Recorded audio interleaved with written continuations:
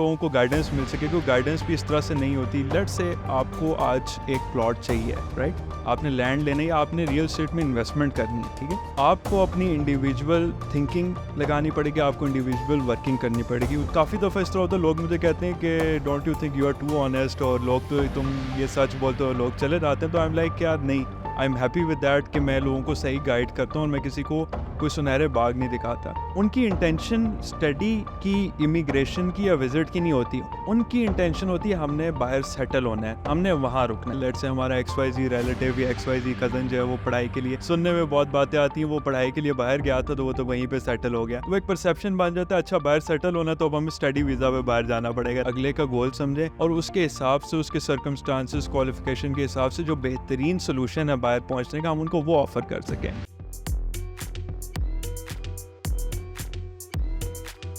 Let's just start आपके एक तारुफ से। आप अपना तारुफ थोड़ा बहुत खुद कर लें, मैं फिर थोड़ा बहुत अपना भी बता दूंगा। जी बिल्कुल। Basically I am NUST graduate, और ये कि I had the honour of being part of NUST entrepreneurs club. अपना जो मेरे यूनिवर्सिटी का जर्नी था एक्स्ट्रा करिकुलर में, उसमें I was part of external relations initially, and then I had the honour कि मैं फाइनल ईयर में अपने जो प्रेसिडेंट बन गया सोसाइटी का। एंड उस जर्नी में काफ़ी सारी कंपनीज थी, MNCs थे, इंक्यूबेशन सेंटर्स थे कि जिनके साथ हमने कोलैबोरेट किया, नेटवर्किंग की, नए आइडियाज़ पे काम किया, बच्चों को सिखाया, बच्चों को अपॉर्चुनिटी दी कि वो एंटरप्रेन्योर से मिलें। तो that was a great journey, and उससे मेरा दिमाग थोड़ा सा खुल गया, क्योंकि I was always business minded, and मेरा जो मेन एम था वो जॉब का कभी भी नहीं था। तो आई वाज लुकिंग फॉरवर्ड कि मैं बिज़नेस करूं। एंड मेरा एक स्ट्रॉन्ग बड़ा बिलीफ ये था कि कन्वेंशनल बिजनेसेस जो हैं वो उतनी लॉन्ग शॉट नहीं होती जितना एंटरप्रेन्योरशिप होती है, स्टार्टअप्स होते हैं इनिशियली, कि आप उनमें एक बहुत टाइम लगाते हैं, इन्वेस्ट करते हैं, सिरे से उसको डेवलप करते हैं मॉडल को पूरे, एंड देन आप किसी एक स्टेज पे पहुंचते हैं। तो लेकिन अगेन ये कि being part of this journey, मुझे मेरा थोड़ा सा जो है वो दिमाग खुला, एंड मेरी जो थिंकिंग की अप्रोच थी दैट चेंज्ड, एंड उसकी वजह से जो बिजनेसेस, जो इवन कन्वेंशनल बिजनेसेस थे, उनको मैं एक बिल्कुल अलग तरीके से अप्रोच कर सका, उनको आगे लेके चल सका। And thanks to that approach, I started two businesses. Firstly, I started with my real estate firm in Islamabad, and then around 6 to 7 months ago, I started my second venture, जो कि visa and immigration consultancy का था। ठीक है, extremely nice. और I think काफ़ी ज़्यादा parallel draw हो सकता है, क्योंकि मैं भी इस वक्त अपनी यूनिवर्सिटी की, रम्स की, इनफैक्ट एंटरप्रेन्योरल सोसाइटी के अंदर हूँ। मैं भी इस वक्त एक्सटर्नल रिलेशंस के अंदर काम करूँ, तो I can may be understand in a very good way कि एक जो आप कनेक्शंस बनाते हो पूरी दुनिया के अंदर, और जितना आप लोगों की जर्नी से सीख सकते हो, क्योंकि वो एक इंसान जब आपसे मिल रहा होता है, आपसे बात कर रहा होता है, ऐसा नहीं होता कि उस इंसान की बस एक दिन की शायद ज़िंदगी होती है, वो एक दिन के लिए आपसे आके मिला होता है, उसकी 20 साल की ज़िंदगी होती है, जिसके सारे वो एक्सपीरियंसेस और वो सब चीज़ें लेकर आपके पास आ रहा होता है, जब आपको वो चीज़ें सिखा रहा होता है। शायद उसमें से एक हिस्सा अगर आप अपनी ज़िंदगी के अंदर वैसे इंप्लीमेंट कर लें, तो I think that can really work out.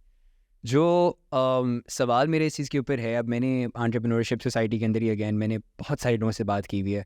मैंने एडटेक से बात की हुई है, फिनटेक से बात की हुई है, फूड इंडस्ट्री में बात की हुई है, लॉजिस्टिक्स इंडस्ट्री में बात की हुई है। एक जो तरफ मुझे बहुत ज़्यादा लगा कि मेरा बहुत ज़्यादा बातचीत इन लोगों से नहीं हुई, वो थी रियल एस्टेट।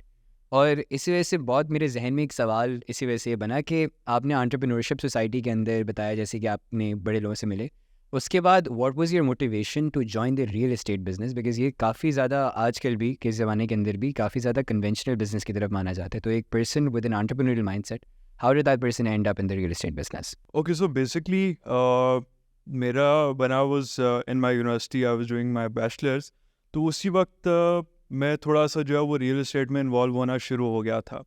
और उसकी एक बड़ी बेसिक सी और बहुत एक सिंपल सी रीज़न थी। एज अ बिजनेस पर्सन मैं देखता था कि रियल एस्टेट की बहुत डिमांड है, ठीक है, मुझे नज़र आता था कि इसकी बहुत डिमांड है, और दैट इज़ समथिंग कि जिसको मैं वर्कआउट कर सकता हूँ, वर्क अराउंड में जिसमें कर सकता हूँ।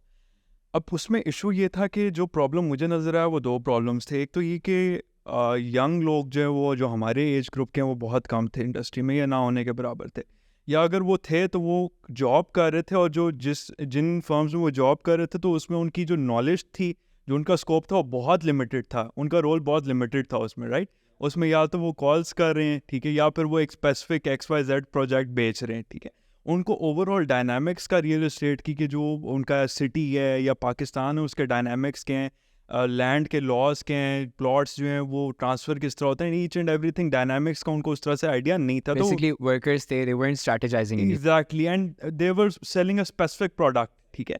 तो इस चीज़ को देखते हुए आई रियलाइज्ड कि इसमें एक मार्जिन जो मेरे लिए है, जो एक वैक्यूम है, एक स्पेस है, वो ये है कि मैं एज अ यंग पर्सन, एक तो मैं जो यंग लोग हैं उनको गाइड कर सकता हूँ, उनके साथ मैं सिंक्रोनाइज कर सकता हूँ, एक नए तरीके से जो है वो लोगों को गाइडेंस मिल सके, क्योंकि गाइडेंस भी इस तरह से नहीं होती। लेट्स से आपको आज एक प्लॉट चाहिए, राइट, आपने लैंड लेना है या आपने रियल एस्टेट में इन्वेस्टमेंट करनी है, ठीक है, आपको अपनी इंडिविजुअल थिंकिंग लगानी पड़ेगी, आपको इंडिविजुअल वर्किंग करनी पड़ेगी। उसकी वजह ये है कि लेट्स से आप DHA फेज़ 2 में आते हैं लाहौर के, ठीक है, यहाँ पे जो रियल एस्टेट की फार्म्स हैं उनके पास आप जाएंगे तो वह आपको DHA फेज़ 2 का बताएंगे क्यों वो अच्छा है, ठीक है, और आपको क्यों यहाँ पे प्लॉट लेना चाहिए। वो आपको ये नहीं बताएंगे कि आपको जो है वो XYZ सोसाइटी मॉडल टाउन में क्यों नहीं प्लॉट लेना चाहिए, या आपको जो है वो वेलेंशिया में क्यों नहीं प्लॉट लेना चाहिए, या आपको इस्लामाबाद में जो है मेन सेक्टर्स में क्यों नहीं लेना चाहिए। नहीं, वो सिर्फ आपको बताएंगे क्यों ये अच्छा है, ठीक है, और कैसे इसमें कोई बुराई नहीं है। तो होगा क्या कि आप पहले DHA फेज़ 2 जाएंगे, उसके बाद आप वेलेंशिया जाएंगे, उसके बाद आप इस्लामाबाद के सेक्टर्स में जो फर्म्स हैं उनसे जाके मिलेंगे। आप हर किसी का अपना ओपिनियन हर किसी लेके, का पर्सनलाइज्ड और होगा वो. उसके बाद आप देखेंगे किधर वो एक आपको लाइन खुद ड्रॉ करनी पड़ेगी, किधर वो बायस हो रहे हैं और किधर एक रियलिटी ऑन ग्राउंड, ठीक है।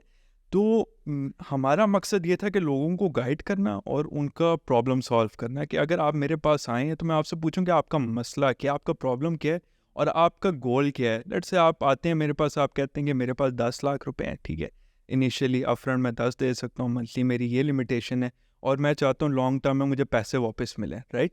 तो उसके हिसाब से मैं आपको बताऊंगा कि आप इस्लामाबाद में किधर इन्वेस्ट कर सकते हैं, लाहौर में किधर इन्वेस्ट कर सकते हैं, ना कि मैं I just stick with a society या स्टिक विद अ प्रोजेक्ट के नहीं आप तो यही लें, एंड हर किसी को हर शेप को जो है एक उसी सर्कल में फिट करने की कोशिश करूँ। तो this is not how we work.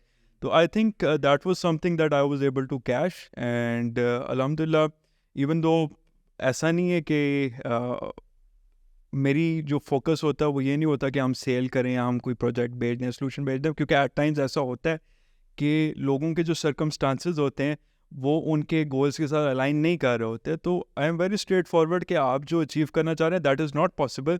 तो either you take your time, ठीक है, एंड जो सर्कमस्टांसेस रिक्वायर्ड हैं एक गोल अचीव करने के लिए, आप जो है वो सर्कमस्टांसेस क्रिएट करें, या आप जो है वो डिसीजन फ़िलहाल ना लें, आपने गोल्स चेंज कर लें। अगर आप कर सकते हैं, आपके सर्कमस्टांसेस के हिसाब से ये गोल्स आप अचीव कर सकते हैं।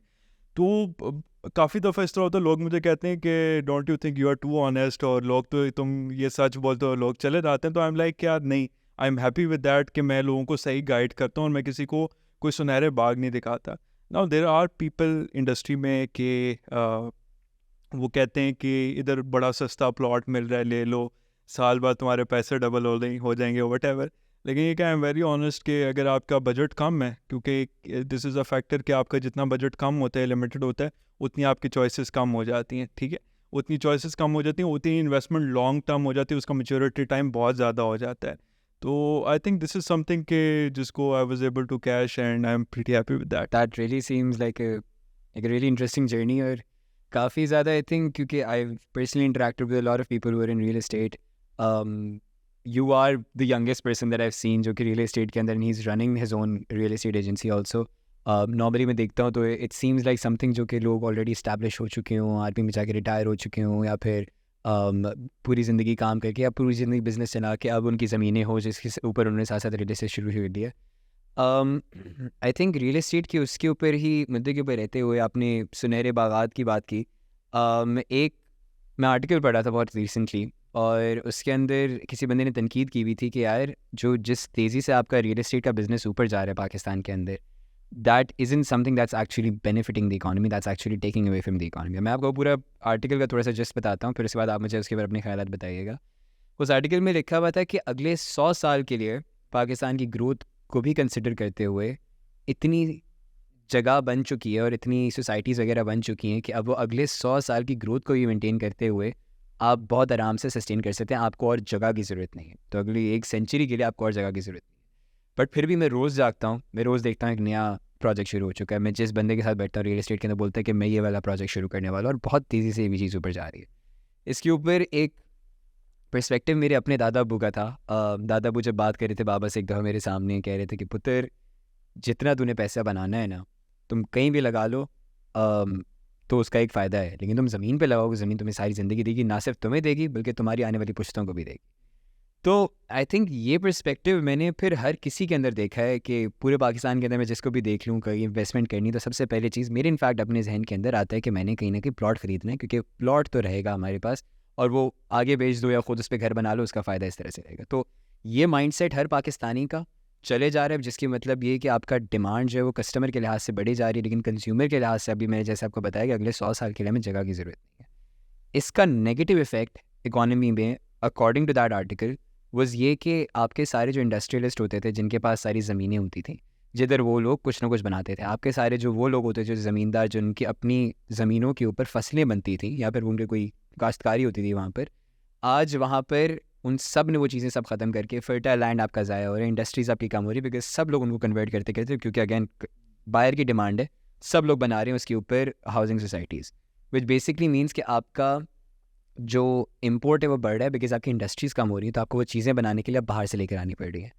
और आपका एक्सपोर्ट कम हो रहा है बिकॉज आप एक एग्रीकल्चरल मुल्क हैं और आपके एग्रीकल्चर वाली चीज़ें सब कम हो रही हैं बिकॉज उस जगह के ऊपर भी सोसाइटीज़ बन रही हैं। इकॉनमी का आपने हालात देख लें पिछले कई साल से हमारे किस तरह से चल रहे हैं, ऊपर से आप अपनी एक्सपोर्ट्स और कम कर रहे हो और एक्सपोर्ट्स और कम कर रहे हो, इम्पोर्ट्स और ज़्यादा बढ़ा रहे हो।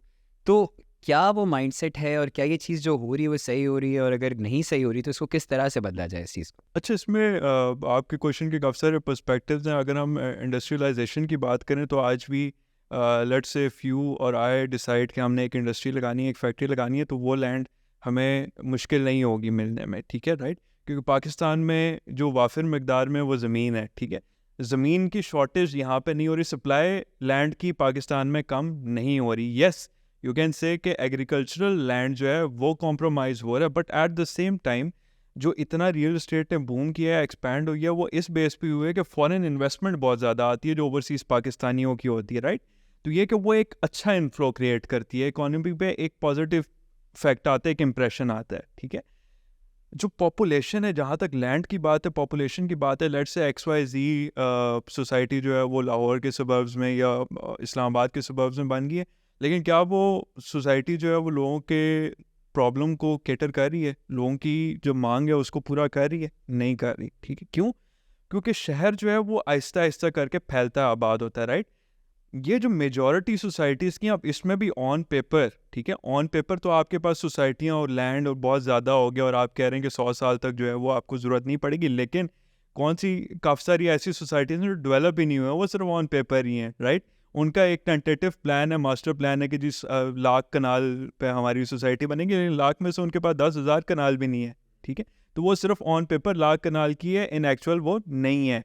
दूसरी चीज़, वो रिमोटली वो बेसिकली शहर के साथ टच नहीं हो रही सोसाइटीज़। उनका जो एम है या लॉन्ग टर्म गोल है वो ये है कि उन्होंने इटसेल्फ एक शहर आबाद करना सोसाइटी के अंदर ही, ठीक है, कि सारा इकोसिस्टम उसी सोसाइटी के अंदर हो, वहाँ से किसी को बाहर ना निकलना पड़े। तो ये एक बहुत लॉन्ग टर्म प्लान्स हैं, ठीक है? अभी भी आप अगर देखें, मैं आपको बड़ी सिंपल सी मिसाल देता हूँ जो आप खुद भी ऑब्जर्व कर सकते हैं। वो ये कर सकते हैं कि लेट्स से अगर आप मेन लाहौर की बात करते हैं, अब जैसे जैसे लाहौर से दूर जाते जाएंगे वैसे वैसे जो सोसाइटीज़ हैं उनकी पॉपुलेशन डेंसिटी कम होती जाएगी, राइट? जो लाहौर के सबसे करीब होगी उसकी पॉपुलेशन डेंसिटी सबसे ज़्यादा होगी, ठीक है? तो आपको एक्चुअल जो लोगों की नीड या पॉपुलेशन ग्रोथ या केटर होते हुए नज़र आएगी, वो तब नज़र आएगी कि जब उसके करीब की सोसाइटीज़ में भरना शुरू हो जाएंगी और जगह ही नहीं होगी लाहौर के करीब रहने की। तो तब एक्चुअल में ऑन ग्राउंड जो है वो मांग लोगों की बढ़ेगी और वहाँ पे केटर वो हो रहे होंगे, ठीक है? दूसरी चीज़, जब सोसाइटीज़ लॉन्च होती हैं तो उसमें जो पहला प्लेयर होता है वो इन्वेस्टर होता है, ठीक है? That is never the end user कि जिसने घर बनाने हैं, जिसने अपने बच्चों के लिए ज़मीन लेनी है, दैट इज़ ऑलवेज इन्वेस्टर, ठीक है? वो लोग जो है वो ऑलमोस्ट बल्क में सारे इन्वेस्टर्स मिलकर जो है वो सोसाइटीज़ की जो भी अवेलेबल फाइल्स होती हैं वो उठा लेते हैं, मार्केट को मैनिपुलेट करते हैं, राइट? लेकिन ये होता है कि जो एंड यूज़र है, जो एक्चुअल ग्रोथ है, ठीक है, जो आप समझ लें ऑर्गेनिक ग्रोथ है सोसाइटी की, वो with time Aahista Aahista maturity के साथ होती है। ठीक है, मेक्स परफेक्ट सेंस, और आई थिंक काफ़ी इसके ऊपर मेरा पर्सपेक्टिव भी इस चीज़ के अंदर बदला। अब थोड़े से बात कर लेते हैं कि ये चीज़ एक कन्वेंशनल बिजनेस के तरीके से ही पिछले जब से पाकिस्तान शुरू हुआ तब से चलाई जा रही है। आज भी आपने मेंशन किया था कि you were someone who came in with an entrepreneurial mindset, लेकिन आप चला कन्वेंशनल बिजनेस ही रहे थे।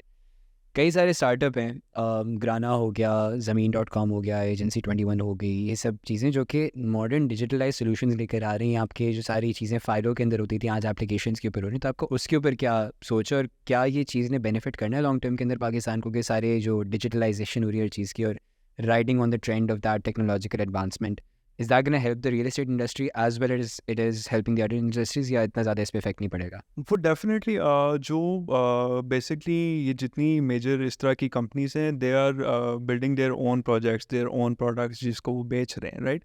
और वो डेफिनेटली वन वे और अनदर किसी न किसी प्रॉब्लम को जो है वो कर रहे हैं, एड्रेस कर रहे हैं और उसको वो केटर कर रहे हैं, और उनकी एक अपनी मार्केट है जो उन्होंने कैप्चर की हुई है।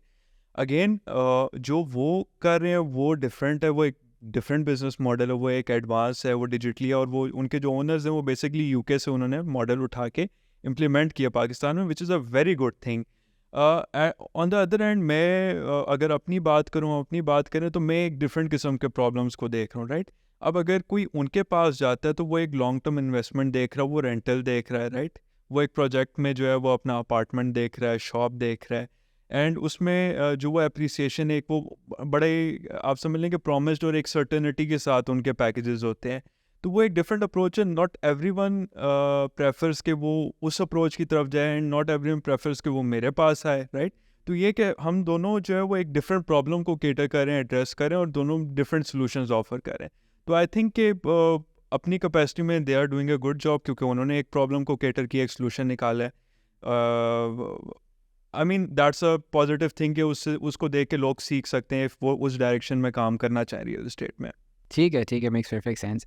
आई थिंक अब इसके साथ हम रियल एस्टेट के ऊपर थोड़ी सी अपनी कन्वर्सेशन को पार्क करते हैं, बिकॉज हमारे पास थोड़ा सा वक्त कम है। और हम लोग आपके दूसरे बिजनेस के बारे में थोड़ी सी बातचीत करते हैं। यस। मैं कभी भी क्या कहते हैं अपने थर्ड ईयर के अंदर हूँ, और क्या कहते हैं बड़े होते होते तक हमेशा हर दोस्त वगैरह बोलता था मैं पाकिस्तान के लिए करना है, पाकिस्तान के लिए वो करना है, पाकिस्तान में रहते हुए काम करना है, ये करना है। इवन यूनिवर्सिटी जब मेरी शुरू हुई थी कई लोग ये करते हैं, बट आज मेरी क्लासेस के अंदर 60-70% बच्चा जो होता है उसका ख्वाब ये होता है कि यार ग्रेजुएशन करें, बाहर जाएं तो मास्टर्स करें तो नौकरी करें। तो एक बहुत शदीद किस्म का और बहुत ग्लोबल लेवल के ऊपर ये डिस्कशन चल रही है कि पाकिस्तान के जो सारे लोग हैं वो इतने तंग आ चुके। भी रिसेंटली जो पूरा सान्या हुआ था कि लोगों ने सिर्फ मुल्क से बाहर निकलने के लिए अपनी जाने गंवा दी उस चीज़ के अंदर। तो why is this trend happening, what are the things that are causing so many Pakistanis to leave, so many Pakistanis जो कि यहाँ पर रह के यहाँ के डेवलपमेंट का काम कर सकते थे, यहाँ के पॉलिटिकल सिस्टम्स को सुधार सकते थे, यहाँ के इकोनॉमिक हालातों को बेहतर कर सकते थे, वो सब बाहर जा रहे हैं। इसके पीछे कोर रीजंस क्या हैं? एक तो ये कि लोग थोड़ा सा पैनिक हुए हुए हैं इकोनॉमी के हालात को देखकर। आपको पता है हमारे जो न्यूज़ चैनल्स होते हैं, जो हमारी न्यूज़ होती हैं वो बड़ी डरा देने वाली होती हैं, बड़े एक पैनिक क्रिएट करने वाली होती है। बंदा न्यूज़ देखे और बंदे को लगता है बस ख़त्म है पाकिस्तान। तो ये कि डेफिनेटली हर कोई अपने फ्यूचर को लेके बहुत कंसर्न्ड होता है, अपने बच्चों को फ्यूचर को लेके बहुत कंसर्न होता है। लोगों को एक आप समझ लें लोगों का एक परसेप्शन है, एक उनका आइडिया है कि वहाँ पे प्रॉमिसिंग है बहुत ज़्यादा, सर्कमस्टांसेस बहुत सिक्योर है वहाँ की लाइफ, राइट? तो डेफिनेटली हर किसी का ये एक एम होता है कि उसकी लाइफ स्टेबल हो, सिक्योर हो, प्रॉमिसिंग हो। तो उस वजह से बहुत ज़्यादा रुझान है। और सेकेंडली ये कि ज़ाहिर है लोग जब देखते हैं कि उनके साथ वाले जा रहे हैं और वो आप टू बी वेरी ऑनेस्ट दूर के ढोल सुहाने होते हैं, तो वो अपेरेंटली लोगों को ये परसेप्शन आता है कि लाइफ वहाँ पे बहुत डिफरेंट है, लिविंग लाइफस्टाइल अच्छा है, वो है भी अच्छा। उनका जो लिविंग स्टैंडर्ड है वहाँ का, ये कॉस्ट ऑफ लिविंग है, वो अगर आप देखें तो वो they do well, right? As a normal person they can afford much better कि अगर एक यहाँ पे एक नॉर्मल मिडिल क्लास पर्सन हो वो चीज़ें अफोर्ड नहीं कर सकता जो वहाँ का बंदा कर सकता है, या जिस किस्म की सिक्योरिटी उसको होती है। तो आई थिंक ये रीज़न है कि लोग बहुत ज़्यादा रुझान लोगों का बाहर की तरफ है। Make sense. And how in this अब पर्सपेक्टिव थोड़ा सा इस चीज़ के अंदर आगे कि लोग इस वजह से जा रहे हैं। अब हाउ डज़ योर कंपनी और सिमिलर कंपनीज जो कि वीज़ा कंसल्टेंसी है, इमिग्रेशन कंसल्टेंसी करती हैं, how do these come in play? Because जो मेरी अंडरस्टैंडिंग है वो ये है कि आपके या तो वर्क परमिट्स होते हैं, स्टूडेंट वीज़ाज़ वगैरह होते हैं। तो अगर आप बता दें, because I generally do not know so much about this. तो ओके, अच्छा, इसमें बेसिकली होता है इस तरह के एक बंदा जो है ना, वो यूजली जो लोग स्टडी वीज़ा की तरफ जाते हैं या विजिटर की तरफ जाते हैं या इमिग्रेशन की तरफ जाते हैं, उनकी इंटेंशन स्टडी की, इमिग्रेशन की या विजिट की नहीं होती। उनकी इंटेंशन होती है हमने बाहर सेटल होना है, हमने वहाँ रुकना है, राइट? अब होता ये है क्योंकि लैक ऑफ अवेयरनेस या लैक ऑफ नॉलेज की वजह से वो देखते हैं कि लेट्स से हमारा XYZ रिलेटिव या XYZ कज़न जो है वो पढ़ाई के लिए, सुनने में बहुत बातें आती हैं, वो पढ़ाई के लिए बाहर गया था तो वो तो वहीं पे सेटल हो गया। तो वो एक परसेप्शन बन जाता है, अच्छा बाहर सेटल होना तो अब हमें स्टडी वीज़ा पे बाहर जाना पड़ेगा, राइट? तो ये कि लोग काफ़ी ज़्यादा लैक ऑफ अवेयरनेस की वजह से एक स्पेसिफिक डायरेक्शन को पकड़ लेते हैं, एक स्पेसिफिक डिसीजन ले लेते हैं, उनको अवेयरनेस इतनी होती है। अब एट टाइम्स हमारे पास ऐसे क्लाइंट्स भी आते हैं कि जिनका स्टडी गैप बहुत ज़्यादा होता है, राइट। बैचलर्स के बाद या मास्टर्स के बाद 5-6 साल का उसका स्टडी गैप होता है, ठीक है। वो हमारे पास आते हैं, देयर लाइक हमें स्टडी वीज़ा चाहिए। And the first question I asked them is के आपका एक तो स्टडी गैप कितना है, फर्स्ट थिंग वर्क एक्सपीरियंस कितना है, सेकेंडली ये कि आप पढ़ना चाहते हैं बाहर जाके, आप सेटल होना चाहते हैं। पढ़ना या जाना है भाई। क्योंकि अगर आप सेटल होना चाहते हैं तो then you are eligible for this immigration, तो why don't you go for immigration then, right. आप स्ट्रेट अवे एक स्ट्रेट पाथ ले रहे हो ना, आप अगला मुल्क कह रहे हैं कि मुझे एक स्किल के लोग चाहिए, अपॉर्चुनिटी दे रहा है और आप उनको फुलफिल कर सकते हैं और आप बोलें कि हाँ जी मैं आपके मुल्क में आके काम करना चाहता हूँ, आपके रिक्वायरमेंट्स को पूरा करूँगा, पीआर लूँगा, तो आप उस रास्ते क्यों नहीं जा रहे, बजाय इसके कि आप स्टडी वीज़ा जाएं एंड देन दिस फाइट के आप प्रूव करते हैं कि मेरे पाकिस्तान के साथ बहुत स्ट्रॉन्ग टाइज है तो मैं तो वापस आ जाऊँगा, मैं वहाँ पे नहीं रुकूँगा। एंड देन स्टडी वीज़ा पे स्ट्रगल ही और होती है, वर्किंग आवर्स की लिमिटेशन, फीस, एक्सपेंसेस वगैरह वगैरह वगैरह, तो दैट्स अ हार्ड जर्नी। तो ये कि हमारा एम बेसिकली होता है कि हम अगले का गोल समझें और उसके हिसाब से, उसके सर्कमस्टांसिस, क्वालिफिकेशन के हिसाब से जो बेहतरीन सोल्यूशन है बाहर पहुंचने का, हम उनको वो ऑफ़र कर सकें। ठीक है, और मतलब आई थिंक एक जो बहुत बड़ा मसला रहा है, जिसकी आई think your intervention is really gonna be helping out people. ये चीज़ बहुत रिसेंटली इस तरह से हुई है कि सब लोग पाकिस्तान को, या फिर काफ़ी सारे जमाई लोग हैं, हालात अब जो आपने रीजंस बताए थे उसकी वजह से वो छोड़ते हुए जा रहे हैं। लेकिन इस वक्त अगेन लोगों में नॉलेज और अवेयरनेस नहीं है इस चीज़ की कि किस तरह से करना है। वो कोई गली के अंदर चलते हुए बताया था, हाँ जानी स्टडी वीज़ा के ऊपर चला जा, वहीं पे जाके किसी ना किसी तरह से तुमने वहाँ पर सिविलियन बन जाना है, वहाँ पर का वहाँ पर अपनी आइडेंटिटी, वो सब चीज़ें काम वगैरह कर लेना वहाँ पर, उस तरह से कर लेना, और लोग फिर उसी माइंडसेट से जाते हैं। आगे लोग जो हैं वो उस तरह से करते हैं। But there is a lot of company, जैसे आप उनकी प्रॉब्लम सुन के उनका सोल्यूशन बता के और actually promoting the better solution towards their problems instead of seeing कि आपने यही चीज़ कैसे करनी है। कई लोग इसी तरह से अपनी वर्किंग करके जाते हैं कि यार हमें सर्टन अप, स्टूडेंट की ही बात कर लीजिए, तो स्टूडेंट ये सोच के जाता है कि अच्छा मैंने फॉर एग्जांपल इस यूनिवर्सिटी के अंदर जाना है। वहाँ पर जाते हैं तो पता चलता है कि जो लोग आपकी बाहर भेजने वाले हैं, वो सब जो लोग हैं वो आपको बोलते हैं कि यार अच्छी है लेकिन इससे बेहतर ये वाली यूनिवर्सिटी है, क्योंकि वो यूनिवर्सिटी उनके अपने पैनल के ऊपर होती है। उसके ऊपर आपका क्या सोच है, और why is that so, and what can be done to change that also? अच्छा, इसमें मैं firstly I would like to add a thing, वो ये कि जब भी बच्चे आते हैं ना, वो कहते हैं इस यूनिवर्सिटी में जाना है, तो उनका अगेन जो एम होता है कि बाहर हम किसी तरह सेटल हो जाए। आई इनकरेज के हर कोई अपनी प्रॉपर फुल वर्किंग करे। वी ऑफर गाइडेंस बच्चों को कि आप इस यूनिवर्सिटी में जाना चाह रहे हैं, बट दिस सर्टेन स्टेट यहाँ के, क्योंकि यूजली उनका ख्वाब ये होता है कि जो मेन सिटीज़ हैं मेट्रोपॉलिटन, पर्थ हो गया, लेट्स अगर हम ऑस्ट्रेलिया की बात करें, पर्थ हो गया, मेलबर्न हो गया, कि हम वहाँ पे जाएं। अब but they are not aware of कि पर्थ या मेलबर्न में आपको जो है वो सालों काम करना पड़ता है पीआर हासिल करने के, स्किल्ड ऑक्यूपेशन में, राइट। और वहाँ पे कंपटीशन बहुत ज़्यादा है, ठीक है। तो अब होता ये कि वो बड़े डायरेक्शन लेस जाते हैं बच्चे के, वहाँ पे एक दफ़ा स्टडी वीज़ा पे वहाँ मर्जी की यूनिवर्सिटी में पहुँच जाए, बाद की बाद में देखी जाएगी, राइट। तो उनको ये देखना भी ज़रूरी है कि हम किस स्टेट की यूनिवर्सिटी में जाएं और हम कौन सा कैरियर चूज़ करें और किस कैरियर की किस स्टेट में आगे डिमांड है, और ऐसी स्टेट के जहाँ पे अगर हम साल काम करें तो हम पीआर के लिए एलिजिबल हो जाएं, राइट।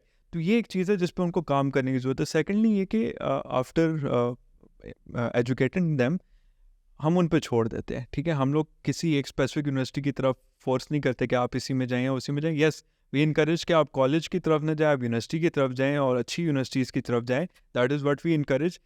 होता ये है कि वो हमारे पास बच्चे आते हैं ना, वी आर लाइक के बताएं आप कौन सी यूनिवर्सिटी में जाना चाहते हैं, तो हम उनको इस तरह कैटर करते हैं, बजाय उसको हम बताएं आप इस यूनिवर्सिटी में चले जाएँ, उसमें चले जाएँ।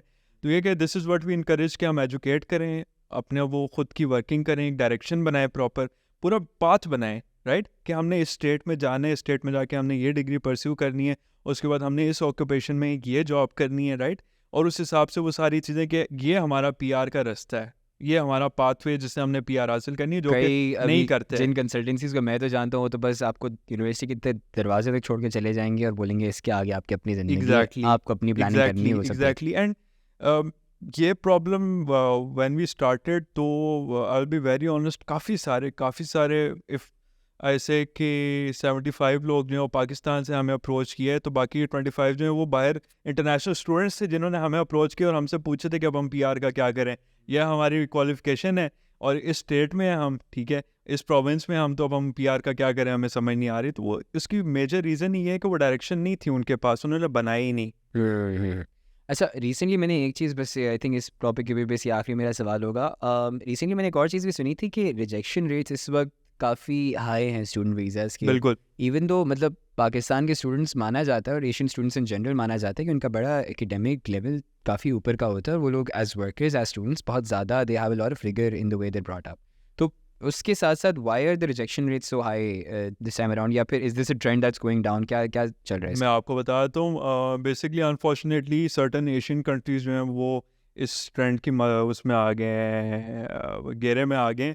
एंड उसकी बहुत सारी रीजंस हैं। एक तो ये कि क्योंकि इकोनॉमिक हालात यहाँ के ऐसे हैं कि उनको पता है कि जो भी स्टडी वीज़ा पे आ रहा है वो स्टडी के लिए नहीं आ रहा, वो सेटल होने के लिए आ रहा है, राइट। अब एक स्टडी वीज़ा वाला बंदा जो स्टडी वीज़ा की रिक्वायरमेंट्स को पूरा करता है, इमिग्रेशन को पूरा नहीं करता, वो उनके किसी काम का नहीं है, ठीक है। वो उनके लिए एक बर्डन बन सकता है फ्यूचर में, ठीक है। तो वो ये चीज़ बहुत डिस्करेज करते हैं। सेकेंडली दूसरी बहुत बड़ी चीज़ वो ये कि जो पेपर वर्क होता है स्टडी वीज़ा के लिए ख़ास तौर पे होता है, उसमें लोगों ने फ्रॉड कमिट किए हैं, राइट। 2 नंबरी किए, 2 नंबर पेपर्स बनाए हैं। और इवन जो एनुअल इनकम होती है वो शो करने के लिए, क्योंकि वो डिमांड करते हैं कि आपकी एनुअल इनकम जो है, लेट्स से अगर हम ऑस्ट्रेलिया की बात करें तो दे डिमांड के अराउंड 63,000 ऑस्ट्रेलियन डॉलर्स आपकी एनुअल इनकम हो, तो देन आप जो है वो एलिजिबल है कि आप स्टडी उठा सकें। जबकि ऑन ग्राउंड रियलिटी ये नहीं है। कितने लोगों की यहाँ पे 62,000 डॉलर्स जो है वो एनुअल इनकम होगी? नहीं है किसी के हार्ड। लेकिन on paper they show that कि हमारी इतनी इनकम है एनुअल, राइट। होता तो ये है कि वो बड़ी मेहनत से ज़िंदगी भर की जमा पूंजी से जो है वो एक सेमेस्टर की फ़ी और अकोमोडेशन का निकाल के तो वहाँ पे बच्चे जाते हैं और वहीं पे जॉब करके जो है वो पूरा पारा करते हैं। तो that is the sad reality. उसकी वजह से, इन सारे फैक्टर्स की वजह से जो स्टडी वीज़ा है उसमें रिजेक्शन बहुत ज़्यादा आ गई है। तो व्हाट आई इनकरेज इस के, एक तो अगर कोई बैचलर्स में जाना चाह रहा है तो उसके पास तो कोई चारा नहीं है स्टडी के अलावा। लेकिन अगर किसी ने बैचलर्स कर लिया और सर्टेन टाइम पीरियड जो है वो एक्सपीरियंस गुजार लिया, या even fresh engineering graduates can get TR, temporary residence from Australia, ठीक है, विदाउट एनी हैसल या विदाउट शोइंग कि हमारी एनुअल इनकम इतनी है। तो बेसिकली लैक ऑफ अवेयरनेस, ठीक है। तो व्हाट इज़ नेसेसरी कि आपका पेपर वर्क जो वो जितना जेन्युइन हो, जितना खैर स्टडी, फिर भी इस वक्त आप पेपर वर्क पूरा भी कर लें, रिजेक्शन रेट फिर भी ऑल टाइम हाई है स्टडी वीज़ा का। तो दीज आर सम फैक्टर्स के जिसकी वजह से रिजेक्शन रेट बहुत और ज़्यादा आई हुआ है। थिंक इस सब के अंदर आपकी जैसी जो कंपनी है, I think those can really play a role, because generally मसला ये होता है कि किसी को कोई चीज़ पता ही नहीं होती। पाकिस्तान के अंदर करने से पहले आप सुनते हो 10 लोगों से, 10 लोगों ने अपनी अपनी उसके अंदर सोचें डाली हुई होती, पता हाँ किसी को नहीं होता। बिल्कुल। और हर कोई अपनी उस लिहाज से भी, जैसे हम लोग थोड़ी देर पहले डिस्कस कर भी रहे थे कि स्टडी परमिट पे जाना और वो सब करना, इवन तो आप बता रहे हैं कि ग्लोबल ट्रेंड के लिहाज से हर किसी को ये वाली स्कीम समझ आ चुकी है और इसी वजह से आपके रिजेक्शन रेट्स इतने ज़्यादा हाई हो रहे हैं। तो I think your company and similar companies can really play a role उसके अंदर। रैप अप करने के लिए ना वहीं पे शुरू करते हैं जिधर से, मतलब वहीं पे ख़त्म करते हैं जिधर से बात शुरू हुई थी। आपने बताया कि आपकी बिज़नेस की डिग्री थी और आपने एंटरप्रेन्योरशिप के अंदर पूरा वो किया था। डिग्री के बाद आपने अपना रियल एस्टेट का कारोबार शुरू किया। आपने थोड़ी देर पहले मुझे बताया था कि आपने during that whole time consultancy, marketing, इन सब चीज़ों के में भी थोड़ा काम किया था। बट ये वाला पूरा एक्सपीरियंस, ये वाला पूरा टेम्पलेट, बिकॉज मैं भी इस वक्त I am right now enrolled in a business school, मैं देखता हूँ कि बहुत ज़्यादा एक रुझान है कि हमने कंसल्टेंसीज में जाना है, ग्लोबल, हमने एमएनसीज के अंदर जाना है, हमने ये स्टार्टअप के अंदर लगना है, उसमें लगना है। But both the businesses that you started, they were something that were very different from what the people around me really want to do in their lives also. So ऐसे youngsters को, ऐसे students को, what will your approach be towards them कि वो कैसे अपने आप को इस शीप हर्ड बिहेवियर से निकालें कि यार आपने बस एक ही डायरेक्शन के अंदर चलना है, और वो थोड़ी से खुद से एक्सप्लोर करें कि उनके पैशन, जिस तरह से आपने अपने पैशन ढूंढने, माशाल्लाह you doing very well for yourself, कैसे लोग भी अपना पैशन ढूंढें और कैसे फिर इतनी हिम्मत अपने अंदर जनरेट करेंगे वो आगे फिर जाके उस चीज़ को परस्यू कर सकें। यार आई थिंक आपने एक चीज़ तो खुद मेंशन कर दी है कि मैथ्स को ना फॉलो करें, राइट। एंड एंटरप्रेन्योरशिप की अगर हम बात करें, स्टार्टअप उसकी इकोसिस्टम की हम बात करें, तो उसको बहुत ज़्यादा ग्लैमराइज किया जाता है, वो किया जाता है, हाइप अप किया जाता है। It was plain facts for me, right. मैंने जब स्टार्ट करना था तो मैं सिंपल फैक्ट्स पे और बड़े ओल्ड स्कूल तरीके से, वो ये था कि किस बिज़नेस में डिमांड ज़्यादा है, कंपटीशन कम है, ठीक है, और सक्सेस के चांसेस ज़्यादा है, फिजिबिलिटी वगैरह। और ज़्यादातर मैं सर्विसेज बिजनेस की तरफ ही, मेरे प्रेफरेंस हमेशा के लिए सर्विसेज ही रहेगी, राइट। तो ये कि सिंपल पेपर वर्क, ठीक है, सिंपल फैक्ट्स कि सक्सेस रेशियो क्या है, डिमांड ज़्यादा किस में है, कंपटीशन कम किस में। अब स्टार्टअप में ये कि स्टार्टअप्स जो है वो दे डू वेरी वेल, ठीक है, दे आर ह्यूज, वो जब फंडिंग्स रेज करते हैं एंड एवरीथिंग, बट ये कि वो कितने परसेंट स्टार्टअप्स हैं जो स्टेज पे पहुंचते हैं। आई थिंक इसी नोट के ऊपर I think we can end. इससे कोई चीज़ इस पूरी डिस्कशन से मैं सीख सकता हूँ ये कि जज्बाती ना हो, थोड़ा ज़रा सोच समझ के फैसला लें। और I think with whatever you are doing, आपके रियल एस्टेट वाली बात में भी यही चीज़ निकल के आई, और आपकी जो वीज़ा कंसल्टेंसी है उसके अंदर भी यही बात निकल के आई कि a little paperwork, a little education, थोड़ा सा शऊर can get you a long way in doing whatever you want to do. But बस दूसरों की बातें सुनने की जगह थोड़ी सी कोशिश करें कि अपने लिए कोई रास्ता बनाए, और अपने लिए वो सोच के रास्ता बनाए, और समझ के और सीख के रास्ता निकाले। Definitely. Thank you so much, Ashif, for having me. Likewise, on thank your you so much podcast. for agreeing to come. Thank you so It was much. Thank you so lovely much. Take care. Take care. Allah Hafiz.